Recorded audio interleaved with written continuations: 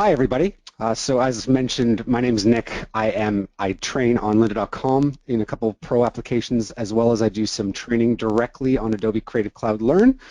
You might have seen some of my tutorials when clicking on the Premiere Pro CC 2015 app, where I go over some basic plays of working with Premiere Pro in the interface. And one thing that I do use in my workflows, and besides training in pro applications and video, is I work for a bunch of telecommunication clients in the city of Toronto, as well as other production, where it's a mix between everything from placing things online to also having material ready for broadcast, which is what this is all about.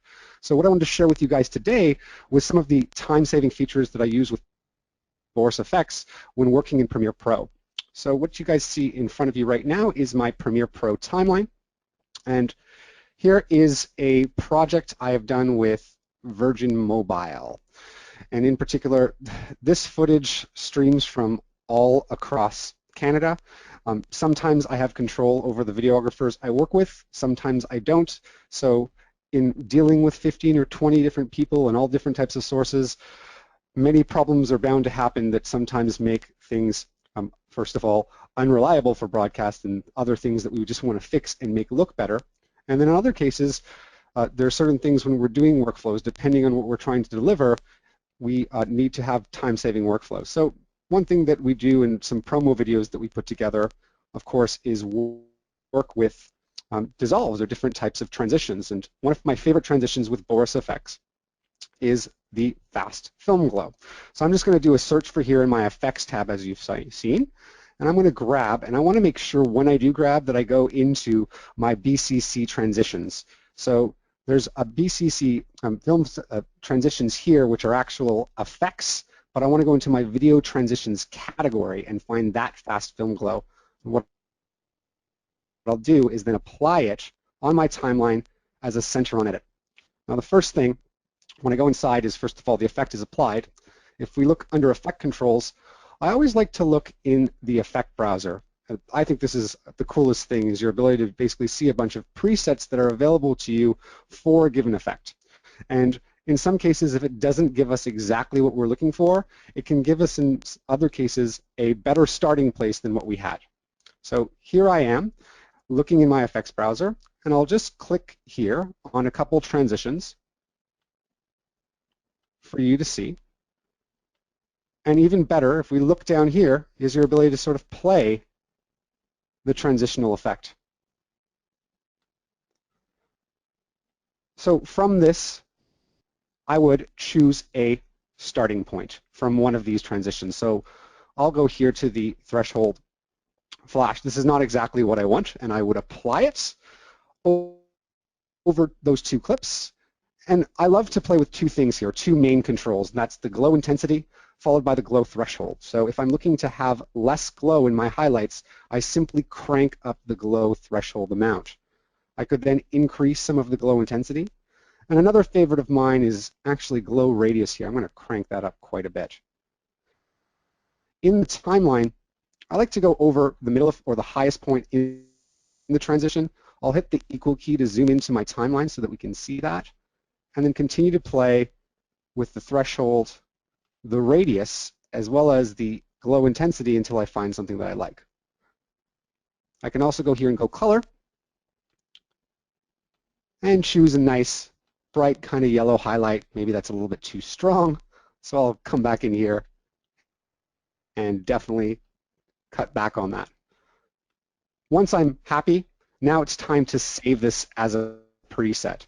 And I can't encourage you enough using Boris as well as Premiere Pro's way of saving presets. This is the way to speed up your workflow, especially for delivery. So once you have something you like, and it's even possible that you'll use it again, take a second and just simply save it.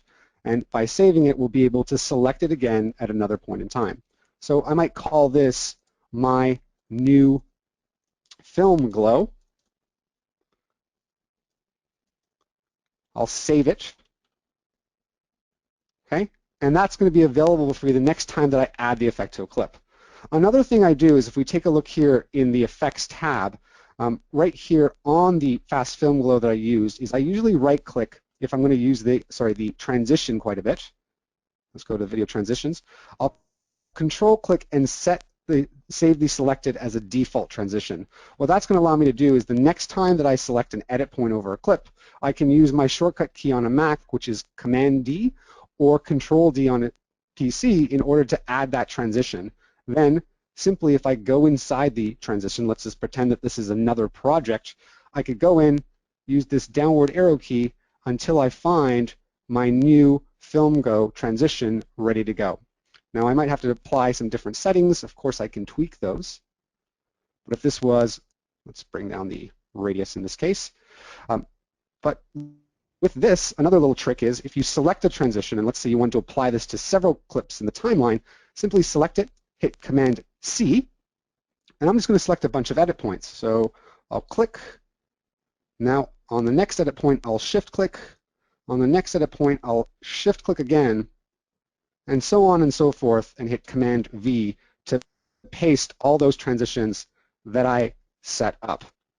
And my work is done with a little bit of tweaking, but a great way, saving a preset. We saw there the effects browser, as well as just being able to apply multiple Boris transitions onto our timeline.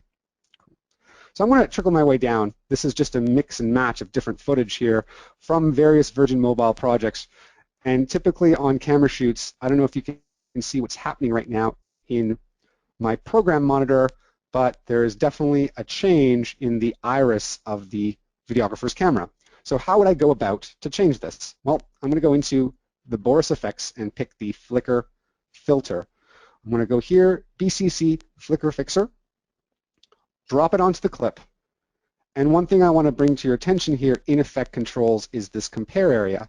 What I like to do is do a side-by-side comparison, and I should make mention that this exact same side-by-side compare mode is also available in the effect browser.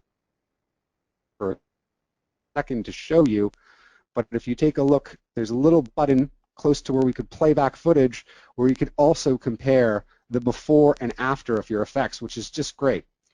So I'm doing it right now in the program monitor inside Premiere Pro. We see the side-by-side compare mode, and what I can do is just basically toggle through this and we can see the before and after, the after being on the right-hand side just with the default settings.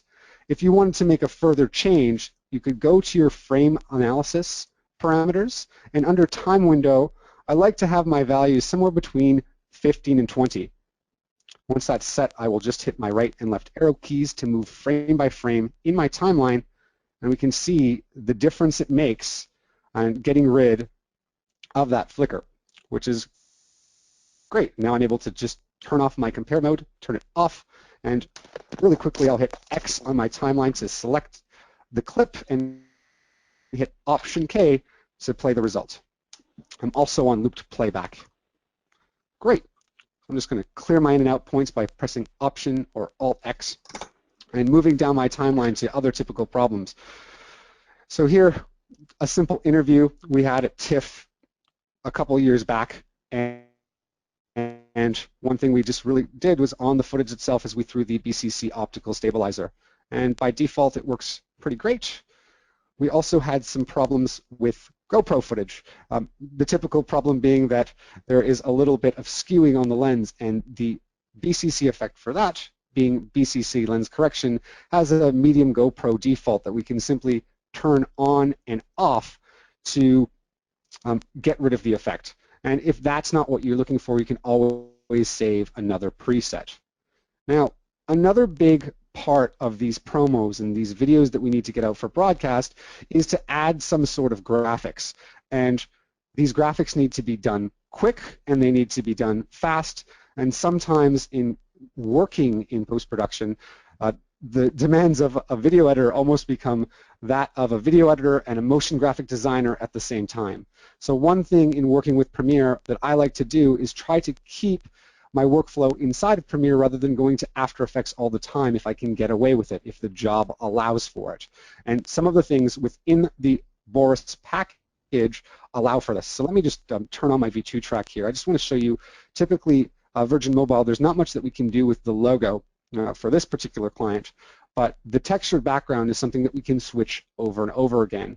And in the last Boris effects is we have something here called grunge. And to me, this is like a texture kit that you can use to create great texture. So this is the default texture that appears once you apply BCC grunge to a clip. And once again, I'll just show you here in the effect browser a great way of how we can just sort of create a background, and then we can look at actually manipulating a logo right after that. So once in my effect browser, we can see again, I'm in my compare mode. I'll just turn that off, and that's based on the clip that I placed the effect on. But we have a bunch of default textures that we can start with, okay? So deep brick, we can see things mixed with dirt and dust, and a lot of these things can also be animated to shake, and it's just a great kit for you to start off with. And like the other effect that we use, we can find a starting point, okay? And once we find a starting point, we can apply it and then tweak it to our content. So this brick texture is something that we've actually used in various Virgin Mobile promos as a default. And I would go in here now and make tweaks from this. So I would go to, first of all, tint color. And while I don't have the RGB coordinates here for the Virgin Mobile logo, I would enter it here in the Adobe color picker. But now I'll just choose a default red. And it's not strong by default, but if we simply just crank up the tint amount, we see a pretty drastic change. I'll turn off displacement map for this example. I'm going to keep on the bump map. And one thing with the default that I selected, there's something on this filter called vignette, and the vignette is actually off, but I love to have vignettes on textures. So just to show you some of these built-in controls that are available, if I simply click this on, we now have a vignette on the clip. And you can have various styles of vignette. Right now this is set to a color, but you could set it to a blur or a mixture of both color and blur. We can increase or decrease the radius to focus on, let's say, the logo that would eventually land here. And if you're not into those straight-on vignettes, we can, of course, rotate it as well as stretch it to customize it the way that we want. And of course, like any other texture we create, if there's even a possibility of us being able to use it, being able to save this for later use can definitely come in handy. So don't forget about saving your material. This is the one thing that can always save you time in that next project. So I'll just make that encouragement again. Now, Virgin Mobile's branding package doesn't really allow us to 3D extrude logos, but one thing I do with other clients is I'll want to create a quick 3D logo, have it extruded with some sort of animation. And it just adds a little bit more value, but to make it profitable, I want to do it in a quick fashion. And here inside of Boris, well, I have a logo. This is not the logo I'm going to reference, but it's just going to be a placeholder.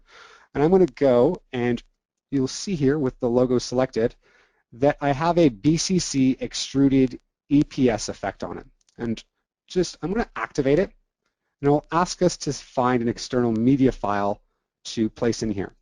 The one trick is that you want to make sure that you have an Illustrator file, a .afi file that is version 8. And if that is set to version 8, we can simply load that external file from our system. So I'm just going to go to my desktop where I've already have this file saved. You can see the logo 8, version 8, and also the thumbnail here to identify that.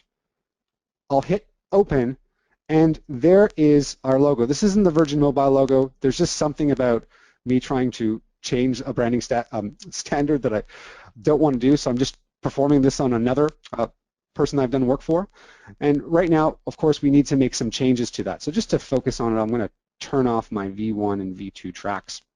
So we can see the logo here. I'm going to go down to my transformation properties, and first thing first, scale this up using master scale, so it's a lot bigger. Now the default extrusion has a pretty large bevel, but that's not stopping you here from selecting a bunch of presets that are available for this extruded logo. So if we go in here, you can see there's the current set. I'll just click the downward arrow and flick through a few to find a default that I like with a little bit of a thinner extrusion. So I kind of like that high reflection for this particular case. Go back down just because it actually changed our settings temporarily on the transformations and scale it back up. And just keep in mind the quality here is set to 1/4, so if it's not looking so good, that's just because I'm on the road right now for performance, so this is actually better, even better than what it looks like. And I can take these default values and I can play with them. So even furthermore, if that didn't give me the perfect bevel that I was looking for, I can go under extrusion and play with both the extrusion depth and the bevel amount. So I'll just bring that down to 0.2 on bevel amount so that we can actually see the logo here called Solely. In a second, I'm going to change from this extruded logo over to 3D extruded text. And one great thing that both of these effects have is your ability to work with both cameras and lights. Now, while you can't see them like After Effects, for someone like me who just wants to stay within Premiere Pro and just do a quick animation, this is a lifesaver. So you'll see that one, first of all, light is currently turned on. And there's some built-in light controls here at the bottom. I'll just change the color to a green, which is more associated with this logo branch. And also bring up its intensity. I'm going to change the material in a second also so that we can see its effects a bit better, because there's a high amount of reflectivity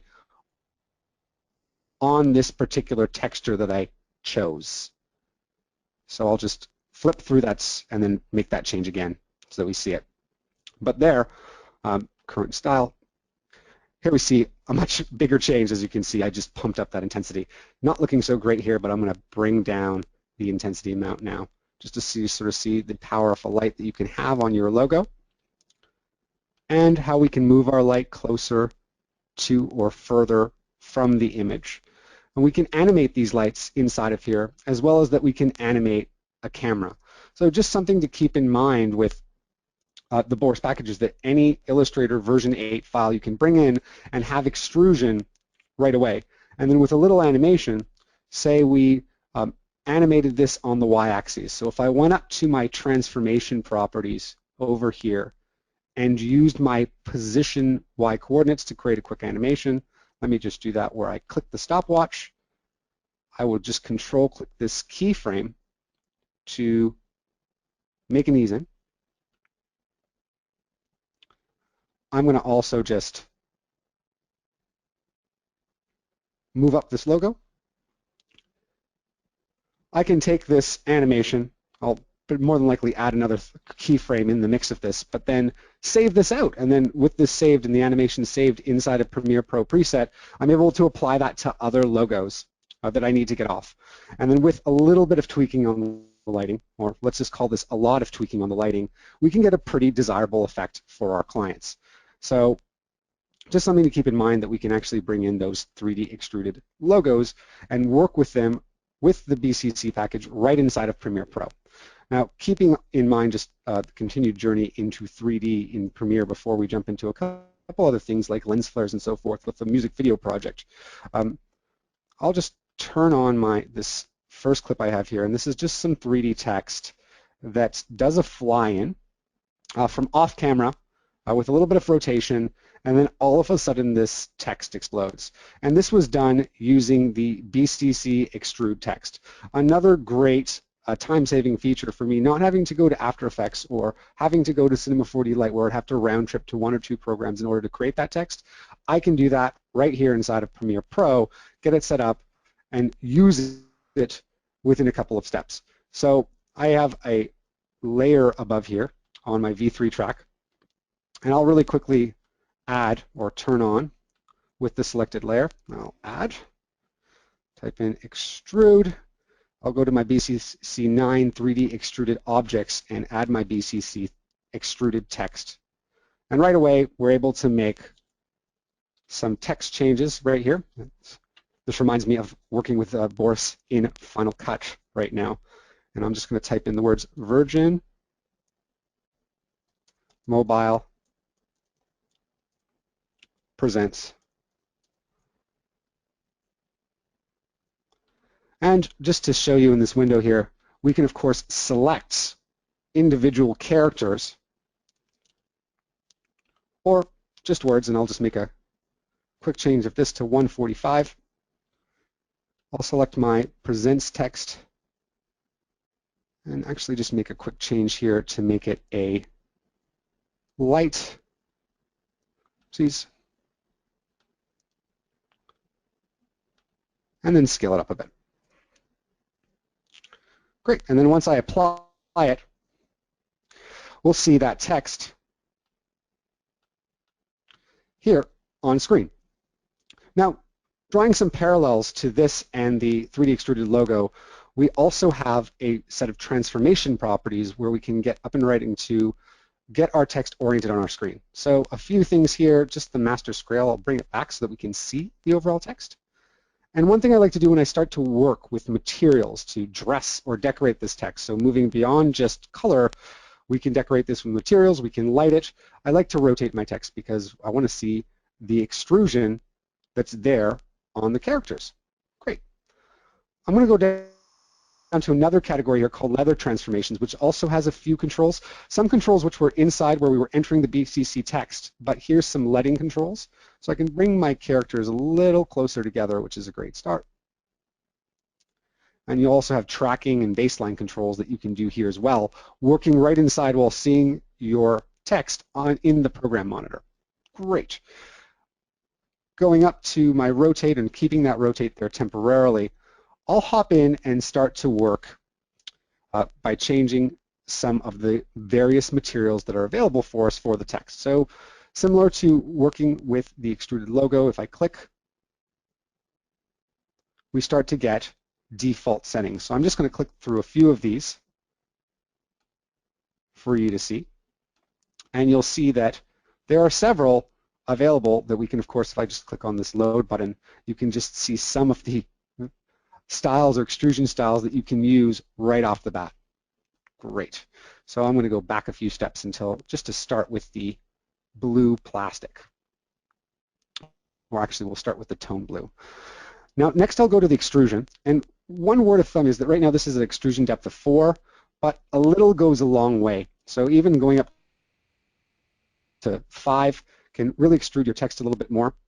And I'm going to take my bevel amount right now and make it 0.2, just to make it a little bit smaller there on my logo. So a little bit of extrusion goes a long way. And one other thing is that when we start to work our way down, we can see that your material is divided, or the text itself is divided into a series of different sides. So we've got front, we've got back, we've got a bevel, we've got a side. We have the ability to decorate each one of these. And if we go to the parameters of just even the front and back material, there are additional material presets that we can load in and customize here. And keep in mind that once we've made these changes, by saving them and then applying them at a later use, can really save time with our workflows and also add value when we're delivering something to our clients. So here on the current style, I'll just flick through a couple of the material presets that you can see. And just to sort of see even this from texture file, look at this long list of materials that are available for you. So once you find one that you would like from this list, you can apply it there to your text. So I'm looking for a crystal. Great. Besides loading a texture from a file, we have a texture strength, so I'm going to bring that down a bit. I'm going to change the diffuse color here to be a little bit more red. Or let's even say a lot more red. Bring up texture strength. You can even change your highlights intensity, and also by working with lights here, we can create some pretty cool 3D text.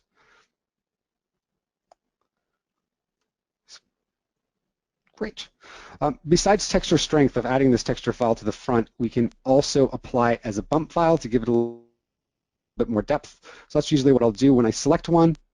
I'll apply it again as a bump just to add a little bit more robustness to the text.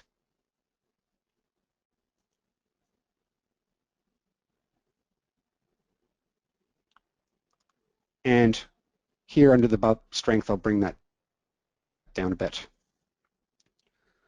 And once I've finished doing my material changes, now it's time to sort of work with positioning as well as figuring out the animation, so to speak. And keep in mind that by adding some lights here in a second, we can see how that text looks, and we'll create something that will accentuate this text with a little animation. So before I animate this text in, I'm going to show you something that I animated my previous text out with. And the reason I'm showing you this is it's sort of an auto animation. It's called shatter. And simply, shatter is really cool where who doesn't love it when you can take a piece of text and then shatter it into a million pieces? But once I press this shatter button, its one problem is that it does exactly this. So it shatters your text into a million pieces, but this could work for a nice animation for, let's say, Xing out our text in the right circumstance. So one great thing with this shatter technique is that we can get control over this with a couple parameters under the shatter deformer. So one thing I'm going to do right now, just to sort of set up this animation, is about a second before I want my text to exit the screen, I'm going to bring down my velocity minimum and right now my velocity variation. Okay. I'll also, here looking at this text, play with something called timescale, where I'm going to bring it down to 0. And now we see our text again. So those three controls are essentially what's controlling the shattering of this text. There's several others, such as crackability, that you can do to make less smaller parts or have it shatter less, but getting a hold of these three can help start us off here, especially that time scale. So I'll move to the end here and quickly in my display move a second back. So I just go -1 period to move exactly a second. And at that point in time, I'm going to add a few keyframes to these various parameters. So we have that velocity minimum and velocity variation. And if I move forward and start to adjust these, we can see that that text already kind of just dropped down on screen, but adding a little bit of velocity in the mix. Let me just bring those up so we can see them, and variation. Our text is shattering everywhere. And this is just one of those great things where you have a pre-animated effect, and taking a couple parameters and being able to switch them, you can get control over that animation. And again, this is something available to us right in Premiere Pro with Boris effects and Continuum.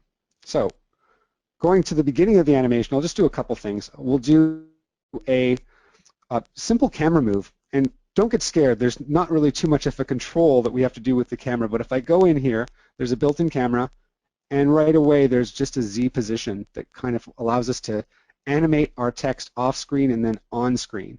So this one little can control by simply keyframing it, so we can find our starting position at exactly, let's say, I'll say 1 second and 15 frames in this case. I'm just using my, and I will take that value, the camera Z position, and add a keyframe at that time. And then I'll just take this amount, the camera Z position, and I will move it forward, right, just beyond 0.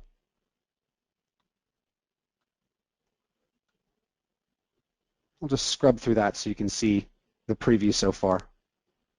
From off screen, on screen, with just 2 keyframes and a camera that's included with this text. I will take those amounts, the camera values that I just used. Let me just extend this view. Grab each of these keyframes that you see here under camera position Z, and by control or right clicking, perform some easing in. Now, just to show off the 3D extrusion a little bit, we could also go up to the text's rotation values. In this case, I'm going to go up to rotation X.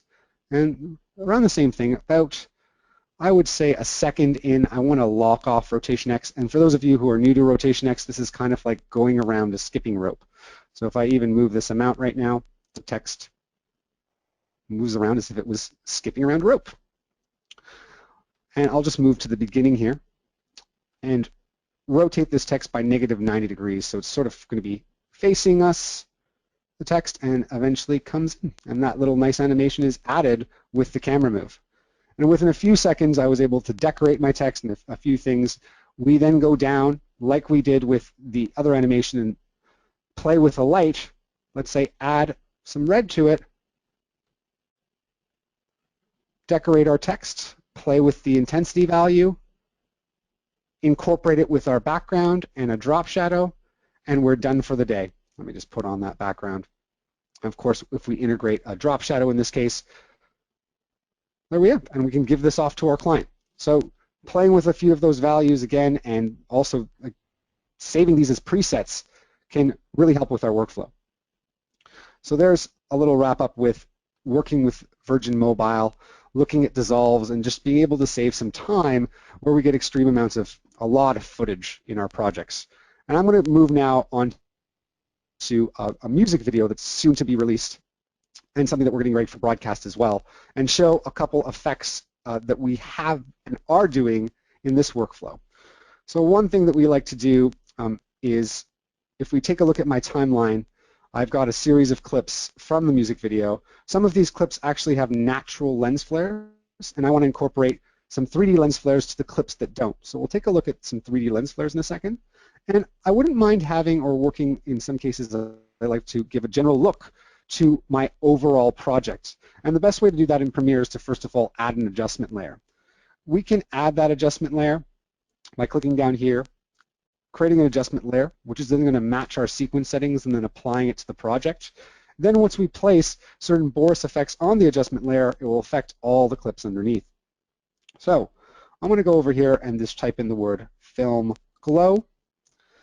And this time I'm not looking for the transition, I'm looking for a film style effects. So I'm going to select that film glow and apply it to the adjustment layer. And right in that way we see that the highlights are being affected by the film glow. So very similar to the dissolve glow, I love to play with the glow threshold. Right? We can play with how the color is glowing, and we can also play with the intensity of the glow. But further controls, if we scroll down, is you have different ways of isolating this, and one thing here is called pixel chooser. So what I'm going to do is take this pixel chooser, I'm going to turn it on. Once I do, I will reveal the pixel chooser's properties and show you that one way that we can isolate pixels is with a shape. So if I chose inside rectangle, you'll see that there's a rectangle on my screen, although not visible, showing you which pixels are affected. The only pixels are affected are in this rectangle. And of course, this can be keyframes. But I'll take these amounts and the X values here, and I could isolate this effect on just one of the windows where the light is coming from. So one thing, you have the ability to use shapes, but if I scroll down, I'll just turn that back to all under shape and go to match, and we have a variety of channels that we can pick as well, such as luma, red, green, blue.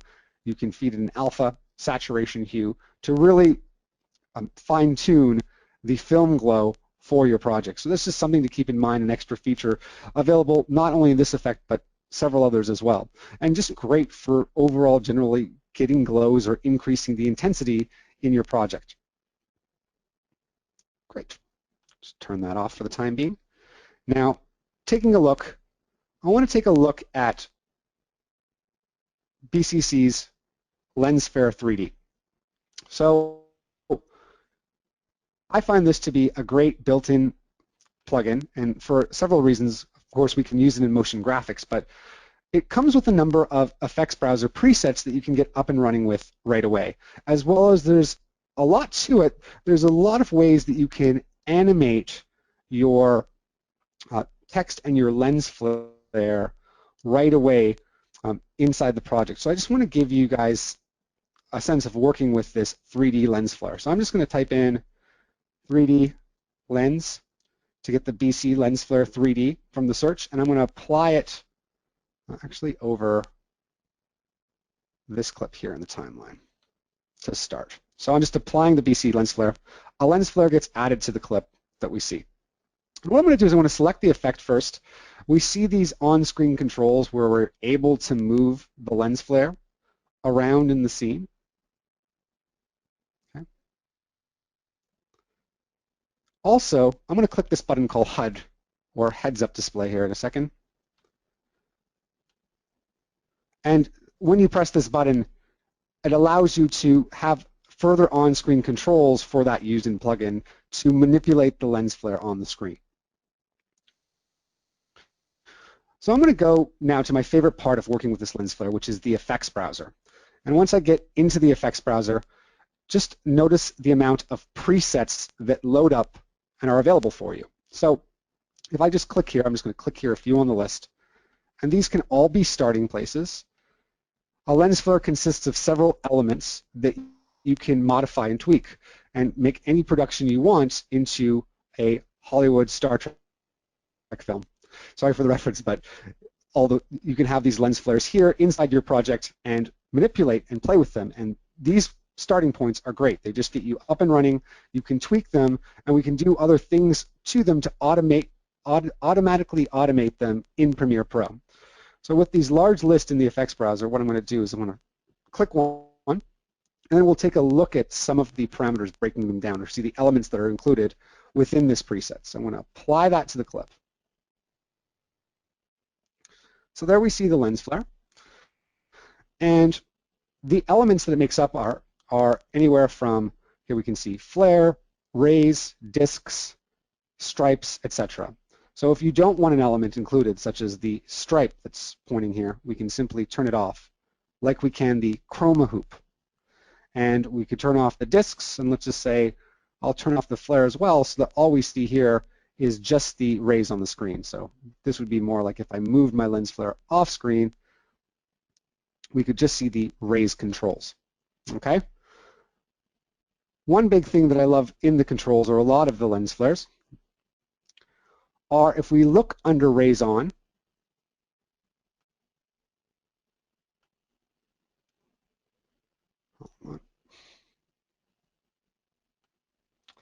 sorry, if we look under rays on, let me just turn off some of these controls again and select my, you have a count. Okay, so right now this ray count with the default transition is set to 400. You can bring that down and have a lot less rays. You also aren't set to having all of the other controls by simply turning them off. There you can see that by dragging my intensity slider, I was able to make that a lot stronger.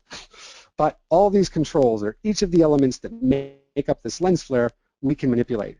Another favorite of mine, let me just turn off a few of these so we can take a look,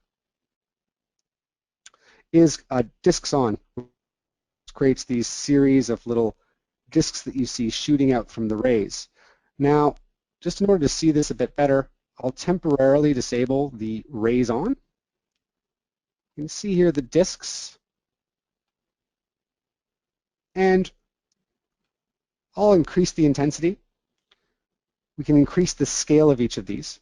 And while this is a solid scale number, this is being controlled by a bunch of randomness under the discs on.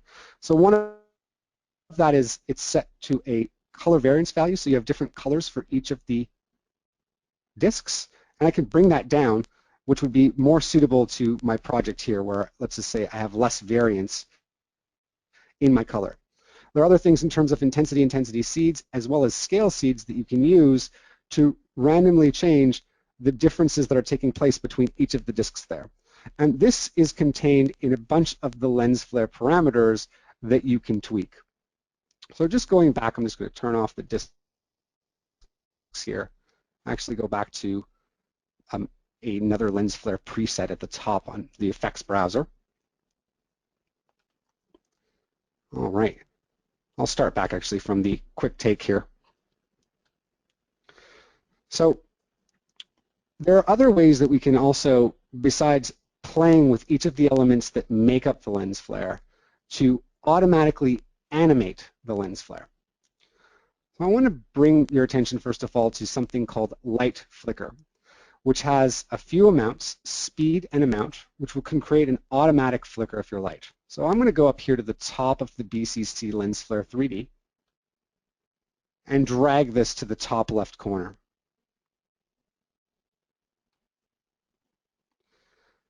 Now I'm going to increase my speed, so let's say 20 to start, and I'll have an amount of randomness of the flicker to 50. We can see if I go through, let me try to increase the amount of the speed a bit too. And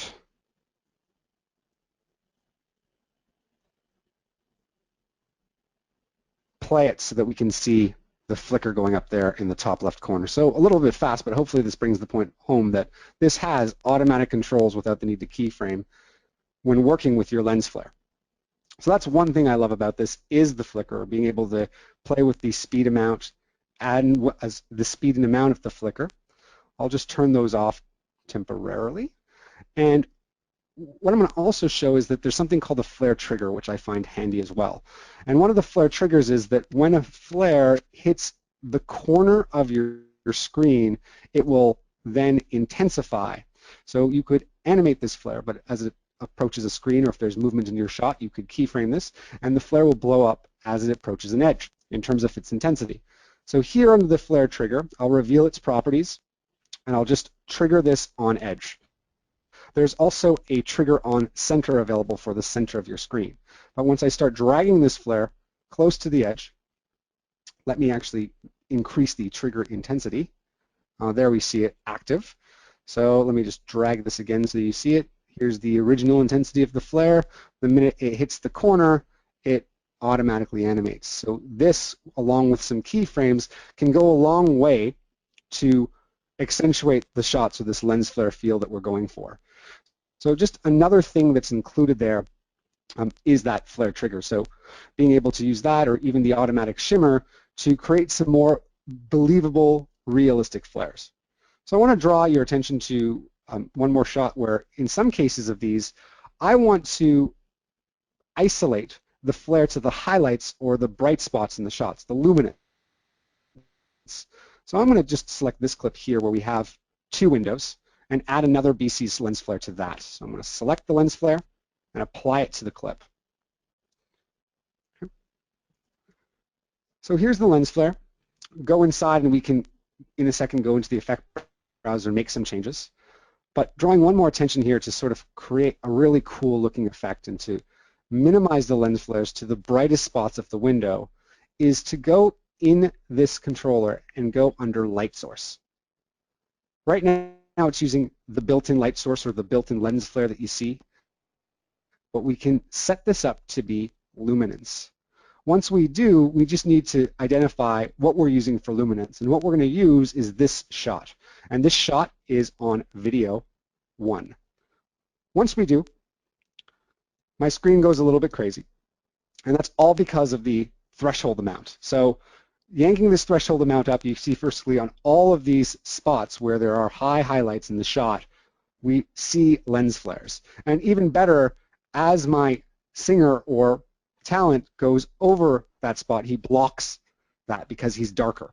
So just give a second here. I'm just going to increase this threshold so we don't have so many lens flares in the scene. I like to crank it up to 99 and then take back from it. But there we have it at 99.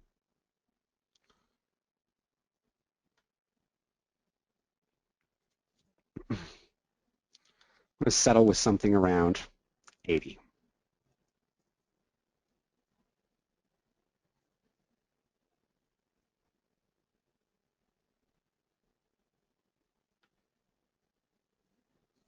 There we go. So keeping in mind that I'm on a laptop right now, this effect is hardware accelerated. So with your computer specs, this will work really fast in terms of working with these lens flares. So on my Mac Pro at home, when I'm doing these changes or working with this, we can make quite a few changes right away. So I'm just going to play with this one more time, try to get this, but we can see the lens flares taking place on the brightest spots of the image. And as I drag my playhead over, when the singer moves, what we can see is he's blocking some of the highlights that are going out. And we don't have to use this lens flare because it's still referencing the first one. And if you go into your effects browser, we can choose another one still at this point and then still have that luminance guide where we see the lens flare in our shots. Cool.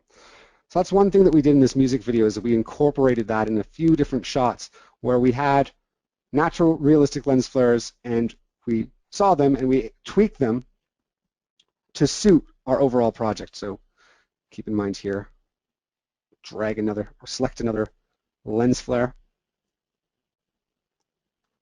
and then playing with your luminance controls, which we were just using.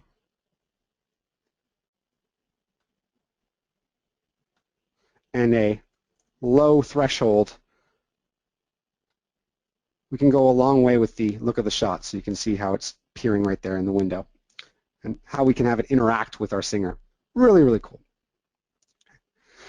As a final thing for this shot, you'll see that there's a bunch of pictures here on the wall. And for some of these pictures, the musician wanted to replace them with memories of where he lives, and that's around St. Lawrence Market in Toronto. So what we did was we used Mocha Plus in certain cases and BCC corner pin in order to track those shots in. Now these are just temporary shots at the time being, but I'll just want to take you through this workflow. I used to find that Mocha Pro was extremely scary applications to use, but for planar tracking and being able to use BCC corner pin in Premiere Pro can save you a lot of time, and it's a really simple workflow. So let me bring up my Mocha Pro project just so that you can see it.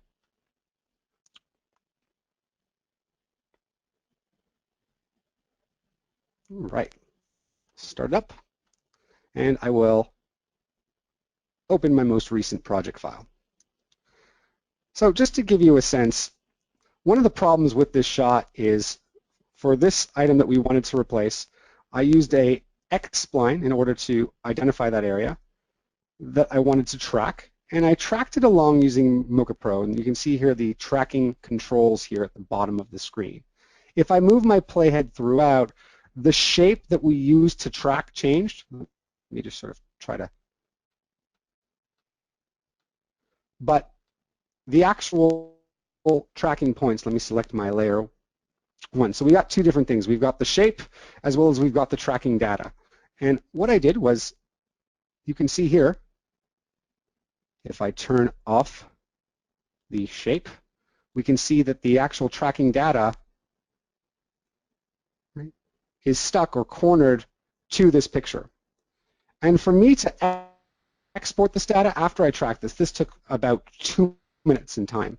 I took the X-spline tool, I made a mark around this image at the frame where the picture began to move off screen. What I did was I adjusted the shape, and it was that simple. I simply just dragged the points. At the point where I adjusted this shape, a keyframe was added. I continued to track forward. I then moved to another place in time, and you can sort of see the adjustments of the shape here, but my points, my tracking points for the four-corner pin stayed in place. So once I finished this track after I imported the footage, all I did was exported out this tracking data. And your handy command here under the format is the BCC effects corner pin. I saved this .txt text file to my system, and if we go back into Premiere Pro, I'll show you that we first of all add the BCC corner pin to the clip. So we have the BCC corner pin, and for reference, I have the picture that I want to use as a replacement on the V2 track. So that's this over here. You can see that the light switch has been turned off for it. A few things to keep in mind is that we want to have the background set to whatever our background is, which is this clip in particular that we tracked, and the corner pin source, in this case, to the video 2 track. My next step was to import the motion tracker data, and all I did was simply load this from the system. So that BCC corner bin data that I set out from Mocha Pro, I simply loaded it in from my desktop. You can see here I referenced that BCC corner text file, and voila, this is what you see in the end result. Now, this was an actual photo. I did some very subtle changes to it, and some great controls are these cropping controls here to help fit the corner pin that you set up a little bit better, as well as the light wrap parameters. So these light wrap parameters really made a difference in terms of being able to integrate the photo better into the scene. Mixed with other plugins and a little bit more time, what we can do is further enhance this shot so it feels integrated into the scene. We can do this all within Premiere Pro with the help of Mocha Plus. So this is something that we did for this, as well as other photos that we would place in the shot. And to know more about Mocha Pro, you can check on the Boris website to see a bunch of handy tutorials that can get you up and running to using it, whether it be as simple as corner pin or also just using the remove module within Mocha Pro that can do a bunch of things to help you out and actually paint pixels with the help of Photoshop. So there you have it. Just as a recap, in our first project, we looked at transitions and being able to save transitions as presets. Right, so with a transition selected, we can go in here, make a few changes, save that to the system. We can also then apply this or take that transition, save it as a default in Premiere Pro, and by using a shortcut key, apply it to multiple clips at once. We looked at the flicker fixer, also looked at extruding a 3D logo into our scene, right, and all the lighting controls that are available for you there. We looked at the grunge effects, being able to work with 3D extruded text directly within Premiere Pro and the help of Boris. Let me just turn off one of these to show you what I did here. And then we looked at further things, such as being able to add a film glow specifically onto an adjustment layer and playing with the 3D lens flare directly on our clips and being able to create some automatic animations in there too by using luminance levels, triggering our lens flare by bringing it to the edge of the screen or the center of the screen. And last but not least, being able to use Mocha Pro to create a very simple track and use that data in our BCC corner pin.